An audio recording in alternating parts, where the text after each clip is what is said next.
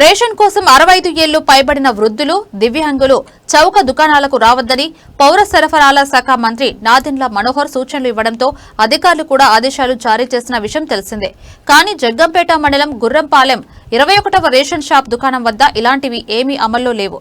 వృద్ధులు ఏంటి, వికలాంగులు ఏంటి, ఎవరైనా కూడా రేషన్ షాపు వద్దకు వచ్చి సరుకులు తీసుకోవాల్సిందే.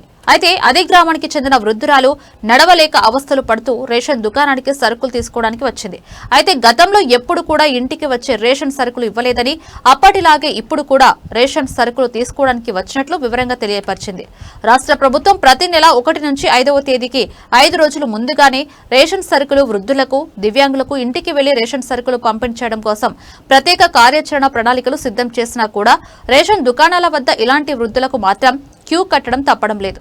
ఏది ఏమైనా సంబంధిత అధికారులు మాత్రం వృద్ధులు, దివ్యాంగులపై ప్రత్యేక దృష్టి సారించి క్రూరంగా వ్యవహరించే రేషన్ డీలర్లపై చర్యలు తీసుకోవాలని పలువురు కోరుతున్నారు.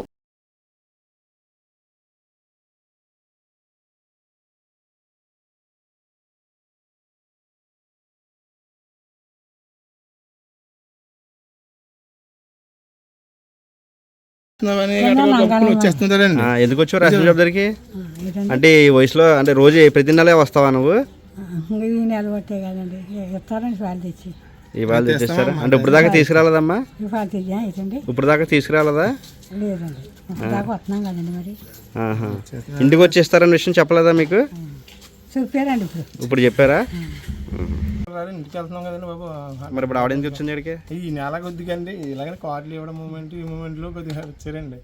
అలాగనే పట్టుకెళ్ళండి కార్డులు ఒకసారి ఇస్తున్నాయి. కార్డులు మామూలుగా ఇప్పుడు మీరు ఆవిడ మాట ఆలకించారు కదా? ఆలకించామండి. ఏం చెప్తాను? చెప్పేసి